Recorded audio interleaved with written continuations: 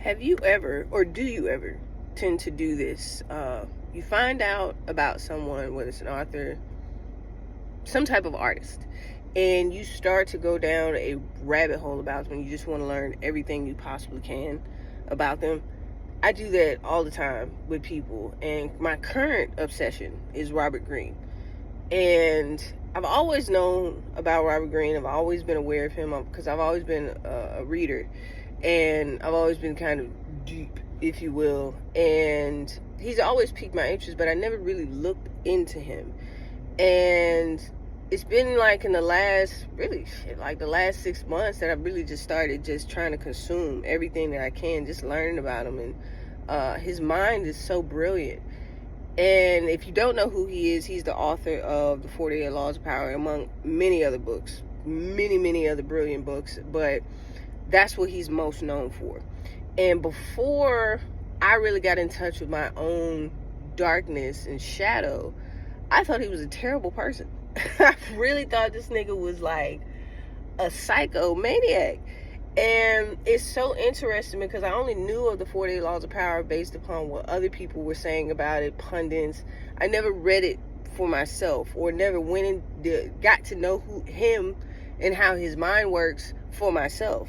I'm just listening to people on social media or glancing at little snippets about what the book is about. And he's going through this kind of renaissance right now with that particular book, where more people than ever are reading it. And it's so interesting because I think COVID triggered something in a lot of people where they found out how powerless they felt in their lives. And people started searching for meaning again, because the superficial ways that we got through that pain, like I feel like, my life isn't really going anywhere, or I'm just going through the motions. I'll just go to the bar, or I'll just go to the gym, or I'll just go to yoga class, or whatever your thing would have been during that time. It was completely taken away from you, and you had to really sit with yourself and sit with your shit. And a lot of people realized during that time period that there wasn't much substance going on in their lives. And not only that, they felt extremely powerless to control their lives. They felt like they were at the whim of the government or other people who weren't doing what they thought that they should do. So when you have periods of time like that, you have people clawing at something meaningful, which the meaning is you. This never changes in life. You are the meaning that you're searching for. And it doesn't matter whether it's during COVID or not during COVID or whatever's going on in the world, you are the ultimate meaning that you're always searching for.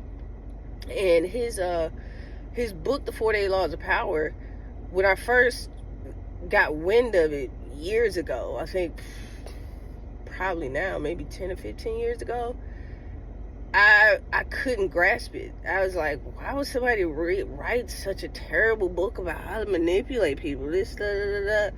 And it was because I wasn't in tune with my own darkness. And I hate to break it to you, you're a terrible person. Like, I hate to break it to you. You are indeed a terrible person. And I say that in jest, but we all have the potential to be a saint or a sinner. And we can, keep that on the surface level and theorize it and keep it on a mental plane. But when you really sit with yourself and you really start to notice your darkness and how not only that you have that in you, but how you suppress it and how you push down, oh no, I can't think that. Oh, I couldn't say such a thing. But you thinking it and you think that you're a morally righteous person because you don't say it. But the thought is no different from actually saying it out loud, because guess what that thought is influencing? Your actions. And so this creates a society where you have all these people walking around wearing masks, and nobody's being real, nobody's being authentic, nobody's telling the truth about how they feel about each other, and everybody's just going through these acts, and it's fucking exhausting. It's exhausting. It's like people who work in corporate offices, I had that period of time in my life, I knew very quickly, this is not the path for me. I ain't gonna make it. I am not going to make it. The only way I'm gonna make it is if I numb myself to a point of oblivion or die. That's pretty much, that's the only way. Like, fuck no. I couldn't get with the fakeness of it all. It's like you know the truth, but you can't say it out loud because you got bills to pay. That to me was the most hellish reality to live that I could imagine. And I had to figure a way out of that. I had a short period of time in it, but I said, you know what? I'm gonna do what I gotta do for right now, but I got to get up out of this. Ain't no way. And the 48 Laws of Power is a book that delves into the truth of how we see the world. We all see this shit going on every day. You see it all the time. You deal with it with your family. You deal with it in your relationships. You deal with it with your friends. You're on your job, like I just said. Everybody is walking around afraid, terrified for their what they've been prescribed by society as the bad parts of themselves. They're terrified of those parts of themselves being seen, but it's leading to this great asphyxiation. Everybody's starving to be themselves, to be seen, which is why social media is so huge right now, and why it has been so huge for the last few years, because it gives people an outlet to be authentic. But then, like, on the way the balance of the scales works, of course, you know, when the pendulum swings one way, it has to swing the other way. So on the flip side of that, you have a lot of people that are being fraudulent too. But nonetheless, you have a society of people that are starved for authenticity. And basically, the 48 Laws of Power goes into those masks that people wear and how people lie to themselves that they don't have one and that they don't see them out of society too. So, long story short, I'm delving into him a lot. He's a great person, and it's so crazy. I just found out what he looks like maybe like this year. I really learned what he looked like because my TikTok has the best algorithm out of all social media platforms. When you teach that motherfucker what to do, it will bring the world at your feet. It's amazing. Anyways, it started bringing me these TikToks of him, and I was like, that's what this man looks like. But at the same time, I'm not even surprised. Put him or Andrew Tate in a room, I got my money on Robert all day. The draws that will be thrown at that man's feet, because he's in tune with who he really is. It's not an act. And he understands the human dynamic on a level that isn't fake or fraudulent, and he taps into that. That's what everybody wants. Everybody wants to be seen for who they are. They're terrified of being seen for who they are, but when you get around those people that see you for who you are, you can't leave them alone. That's the magic of being a human. That's the magic of the heart space and tapping into that place. So, all day, money on Robert.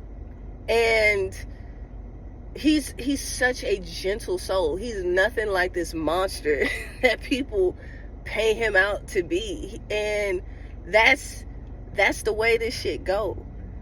Live long enough and you realize the people who wouldn't outwardly appear to be like that, got it like that. And it's because it's an internal thing. It's not about how you look. It's not about what you put on, how you pretend to be, whatever titles you have, how much money you got. All those things help bolster something that's fragile within you. Nothing is wrong with any of those things. Of course, let's have nuance here. Ain't nobody said go out and be broke and ugly. But we know the truth at the end of the day is about how strong and secure we are within ourselves. That truly matters. That's what gets you far in life. That's what gets you far in life in the long term. The short-term gratification is okay, but you're going to be out here like a junkie, shooting up every 5 minutes or every 5 months or every 5 years, trying to get a fix for something that you ain't really fixing on the inside. But yeah, I just wanted to give a little spiel, show a little love to my guy, Roberto Greene, no, Verde, Roberto Verde. He's great. Like, look into him. Like anything, if it resonates, put it, pick it up, explore more. If it doesn't, move on to the next. But it's just he's a powerful force in this time right now, where people want to get in touch with that trueness of themselves. They want to figure out what is true for themselves and get in touch with it and be able to use it, because that is where your power is. Your power is in all the things in yourself that you try to push away and deny and act like they aren't there. Look at them. It's not going to destroy you to look at them. I promise you that.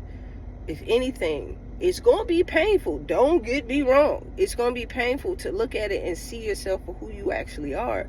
But you can't be who you actually are until you're willing to really sit with yourself and figure out what that is. That's all I've got today, kids. Until next time, be blessed.